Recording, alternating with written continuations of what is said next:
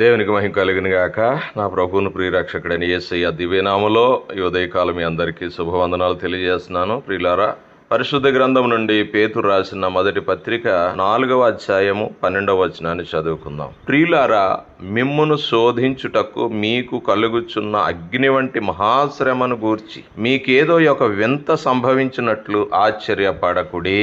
ఇది పేతురు గారు చెప్తున్న ధైర్యమైన మాట. క్రైస్తవ విశ్వాసంలో శ్రమ అనేది ఓ వినూత్నమైన అనుభవం.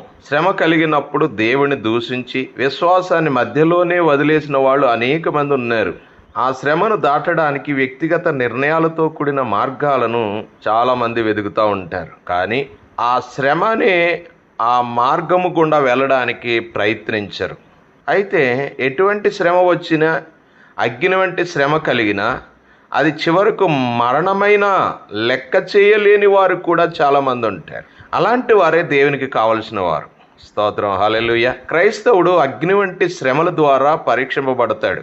ఇదేమి వింత కాదు అని పేతురు వివరిస్తూ, ఈ శ్రమ క్రీస్తులో మనకున్న విశ్వాసాన్ని పరీక్షించడానికి సూచిస్తుంది అని జ్ఞాపకం చేస్తున్నాడు.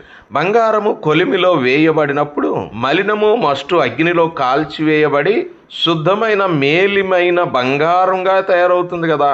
అలాగే శ్రమ గుండా ప్రయాణిస్తున్నప్పుడు మన విశ్వాసము పరీక్షింపబడి పరిశుద్ధమైన వారముగా రూపాంతరం పొందుతాం.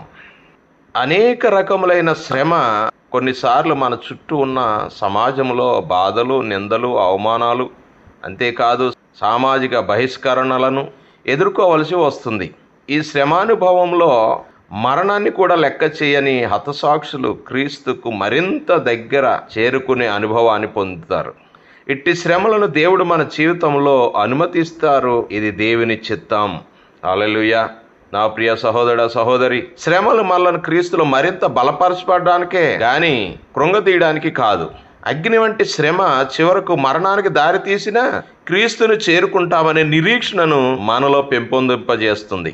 సామెత గ్రంథం 24వ అధ్యాయం 10వ వచనంలో సొలొమోను అంటాడు, శ్రమ దినమున నీవు కృంగిన ఎడల నీవు చేతగాని వాడవగదువు. అవును ప్రియ దేని బిడ్డ, ప్రభులోకి వచ్చామంటే ప్రతి శ్రమను ఎదుర్కొని ముందుకు వెళ్ళాలి కానీ కృంగిపోయే స్థితిలోనికి రాకూడదు. శ్రమలో సహనం బలపరచబడాలంటే క్రీస్తు మనతో ఉన్నాడనే విశ్వాసం, ఆ దేవుని సన్నిధిలో ఉన్నామనే నిశ్చయత కలిగి ఉండాలి. ఆయనతో మనము కలిగి ఉన్న సాన్నిహిత్యం మన హృదయానికి కలిగిన గాయములను, అందులోని వేదన నుండి స్వస్థత కలుగజేస్తుంది. స్తోత్రం, హల్లెలూయా.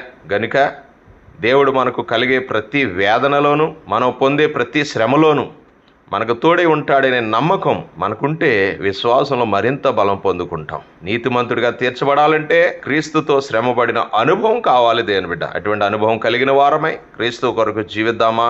అటువంటి ధైర్యాన్ని, అటువంటి విశ్వాసాన్ని, అటువంటి బలాన్ని, అటువంటి శక్తి కలిగిన జీవితాన్ని ప్రభు మనందరికీ దయచేయను గాక. ఆమెన్.